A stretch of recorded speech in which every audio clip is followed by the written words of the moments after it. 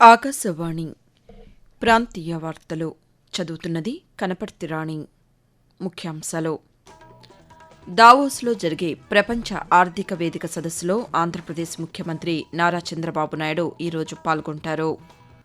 తెలంగాణలోని సూర్యాపేట, ములుగు జిల్లాల్లో 2 సాగునీటి పథకాలకు రాష్ట్ర మంత్రివర్గం ఆమోదం తెలిపింది.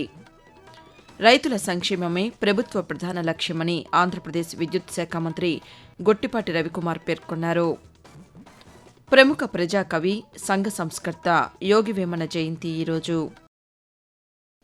వార్తల వివరాలు: స్విట్జర్లాండ్లోని దావోస్లో జరిగే ప్రపంచ ఆర్థిక వేదిక సదస్సులో పాల్గొనేందుకు ఆంధ్రప్రదేశ్ ముఖ్యమంత్రి నారా చంద్రబాబు నాయుడు, మంత్రులు, అధికారుల బృందం దావోస్ బయలుదేరి వెళ్లింది. భారత కాలమానం ప్రకారం ఈ ఉదయం 11 గంటలకు జ్యూరిచ్కు చేరుకుంటారు. మధ్యాహ్నం స్విట్జర్లాండ్లో భారత రాయబారి మృదుల్ కుమార్తో ముఖ్యమంత్రి మర్యాదపూర్వకంగా సమావేశమవుతారు. అనంతరం వివిధ సంస్థల ప్రతినిధులు, పారిశ్రామికవేత్తలతో సమావేశమై పెట్టుబడులపై చర్చిస్తారు. భారత రాయబార కార్యాలయం ఆధ్వర్యంలో ఏర్పాటు చేసిన తెలుగు డయాస్పోరా కార్యక్రమానికి హాజరవుతారు.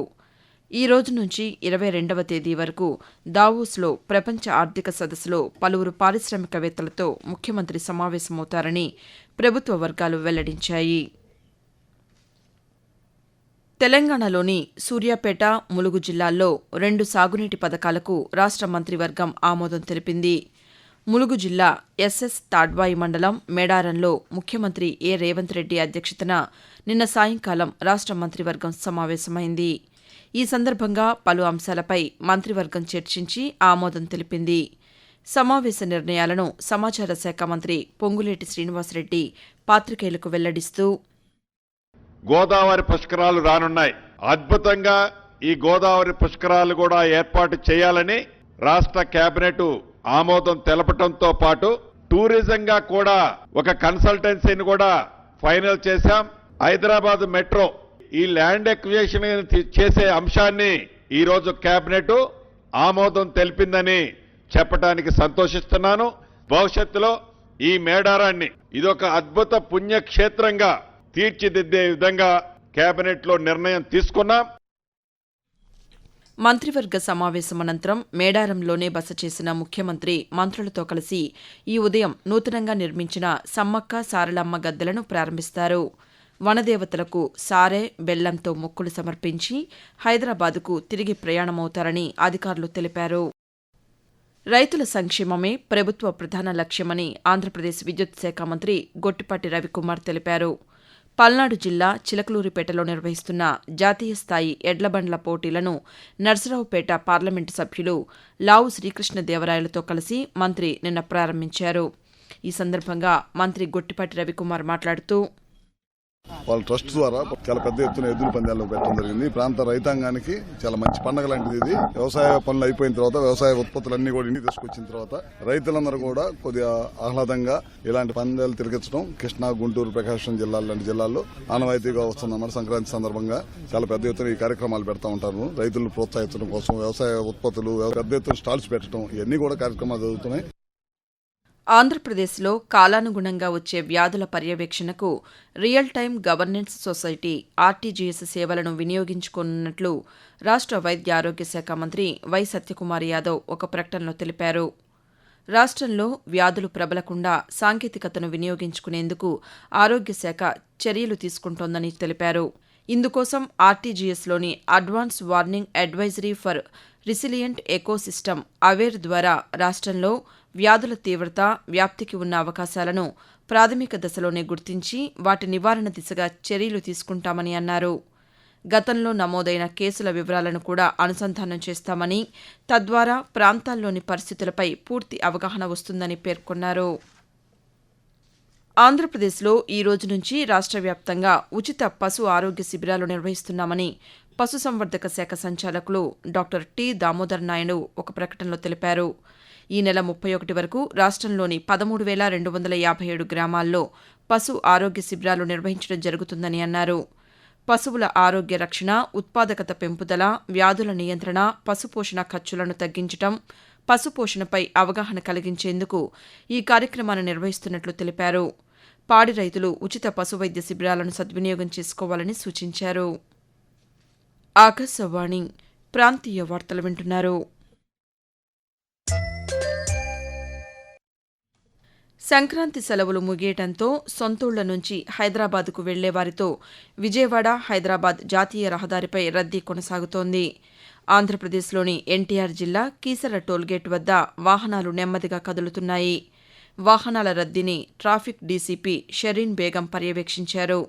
ఈ సందర్భంగా ట్రాఫిక్ సీఐ కృష్ణ మాట్లాడుతూ, ఆస్త్రం యాప్ ద్వారా ప్రతి 5 నిమిషాలకి ప్రతి 10 నిమిషాలకి కంజక్షన్ ఎక్కడ ఉందో వాళ్ళకి డైరెక్ట్గా సిపి గారు అలాగే డీసీపీ సెరీనా బేగం గారు ఎనీ టైము ఆ యాప్ ద్వారా చూస్తూ మాకు ఇన్స్ట్రక్షన్స్ ఇస్తూ అక్కడ ట్రాఫిక్ పెరుగుతుంది చూడండి అని ఒక 100 మందిని ఈ అదనంగా ఫోర్స్ని ఇచ్చి మాకు హైదరాబాద్ వైపు వెళ్ళి ఎటువంటి ఇబ్బంది లేకుండా అయితే పంపించాము.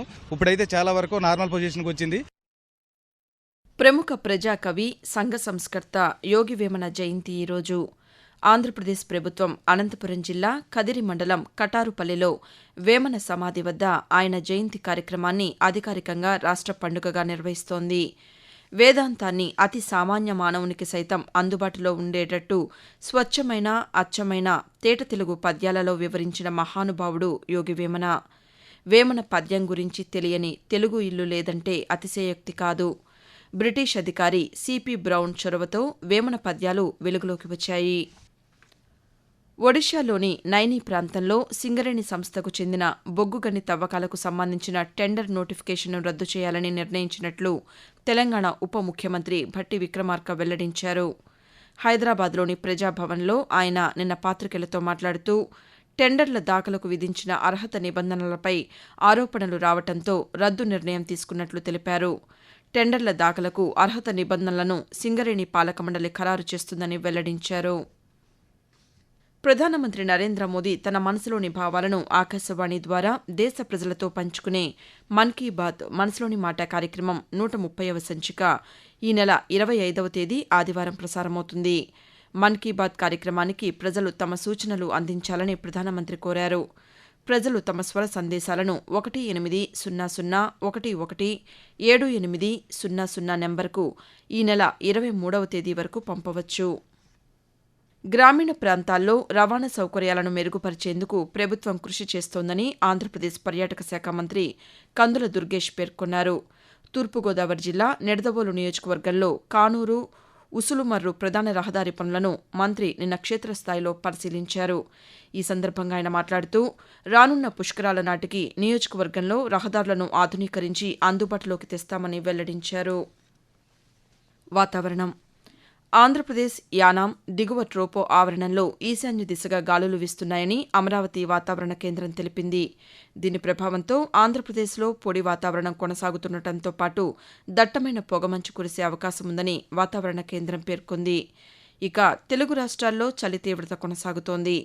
ఆంధ్రప్రదేశ్లో అల్లూరి సీతారామరాజు జిల్లా జి మాడుగులలో 3.5 డిగ్రీల సెల్సియస్ కనిష్ట ఉష్ణోగ్రత నమోదు కాగా, తెలంగాణలో కొమరం భీం ఆసిఫాబాద్ జిల్లా తిర్యానీలో 7 డిగ్రీల కనిష్ట ఉష్ణోగ్రత నమోదైంది. ప్రాంతీయ వార్తలు ముగించే ముందు ముఖ్యాంశాలు మరోసారి. దావోస్లో జరిగే ప్రపంచ ఆర్థిక వేదిక సదస్సులో ఆంధ్రప్రదేశ్ ముఖ్యమంత్రి నారా చంద్రబాబు నాయుడు ఈరోజు పాల్గొంటారు.